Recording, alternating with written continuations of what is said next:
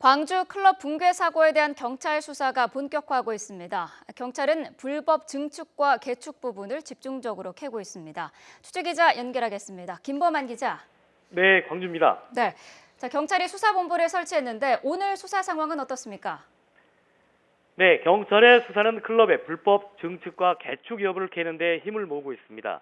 일단 관할 자치단체는 입구 쪽 100제곱미터만 증축이 허가됐다는 입장인데요. 그런데 실제로는 복층 부분 200제곱미터가 불법으로 더 증축된 것으로 알려지고 있습니다. 수사본부를 설치한 경찰은 어제 업주와 종업원 등 10여 명을 불러 조사를 마쳤습니다. 클럽의 공동대표 51살 A씨 등 3명은 이미 입건됐습니다.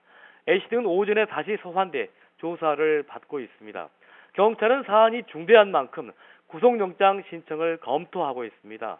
무너진 복층 부분의 안전성 여부도 집중 조사 대상입니다. 불과 20에서 30제곱미터의 좁은 공간에 무려 40여 명이 있었던 것으로 알려졌는데요. 물리적으로 가능한지를 조사하고 있습니다. 앞서 지난해에도 같은 클럽에서는 강화 유리가 깨지면서 손님 한 명이 다치기도 했습니다. 지난해 사건으로 업주는 벌금 200만 원을 선고받았습니다. 이번 사고로 2명이 숨지고 16명이 다쳤는데요. 인명피해 상황도 전해주시죠. 네, 어제 사고로 38살과 27살의 내국인 남성이 숨졌습니다. 복층 구조물이 무너져 깔리면서 변을 당했는데요. 사고 당시 클럽에는 모두 370여 명이 있었던 것으로 추산되고 있습니다. 부상자 가운데는 광주 세계 수영 선수권 대회에 참가한 선수들도 8명이나 있었습니다.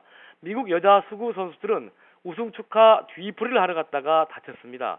다행히 부상이 가벼워서 7명은 곧바로 선수촌으로 복귀했고 1명만 간단한 수술을 받았습니다.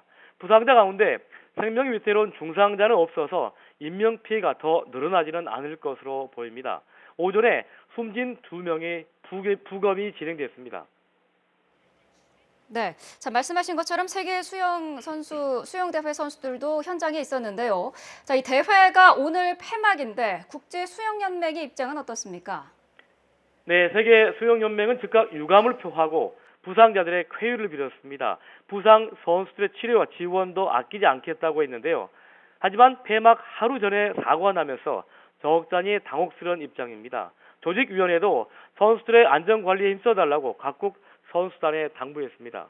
선수들이 개인적으로 밖에 나가 사고를 당했지만 선수촌 출입 등 관리 책임은 전적으로 해당 국가에 있기 때문입니다. 기대했던 북한 선수단이 오지 않은 광주 세계 수영 선수권 대회는 막판에 클럽 붕괴 사고로 좋지 않게 마무리되는 모양새입니다. 제18회 세계 수영 선수권 대회는 오늘 밤에 경영 결승과 폐막식을 끝으로 막을 내립니다. 지금까지 광주에서 YTN 김범환입니다.